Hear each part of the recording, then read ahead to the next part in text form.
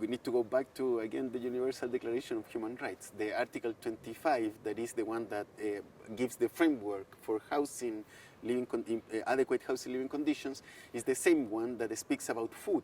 It's the only article in the Universal Declaration of Human Rights that speaks about food or livelihood or things, health, everything that relates to quality of life, let's say, is part of the same article in the Universal Declaration of Human Rights. So let's say that in the very origin, like living conditions and food security or food access are very linked. What we can see very evidently in slums is that people has malnourishment problems. But the dynamics are different, and sometimes it's kind of a hidden problem, because like in urban areas, the big let's say, information or average of things will reflect the full city, but they will not be disaggregated, for example, by income level. So you will find that Nairobi, for example, will have a 10% malnourishment, kids under malnourishment, different from, I don't know, Turkana that has 30%. So Nairobi is not important maybe for the donor community or the focus of a country, but you need to think that those 10% are all kids living in slums that most probably are all concentrated in a very same place. So the problem of food security and malnourishment has been kind of overlooked because of this kind of big data that is not disaggregated.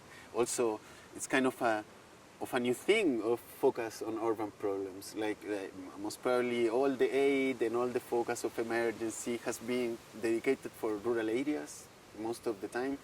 Most probably because urban poverty looks a lot like life as it is for many people, you know, like, oh no, you cannot do anything. There are poor, there are rich, nothing to do, you know, like, so there is kind of a fatalism in that thinking. But now people is realizing that really this is an issue, and the malnourishment is an issue, because even though in a slum context, maybe every day someone will have something to put in their mouth or eat, you know, like even like, because there is a coin that goes around that saves everyone not to go to bed without they sleeping something, the quantities of that food, not even too much the quality, because the quality, sometimes you see, if you do an HDDS analysis of the food in Islam, most probably you are, like, all the groups of food are considered. The problem is the quantity of the portion, the ration of food.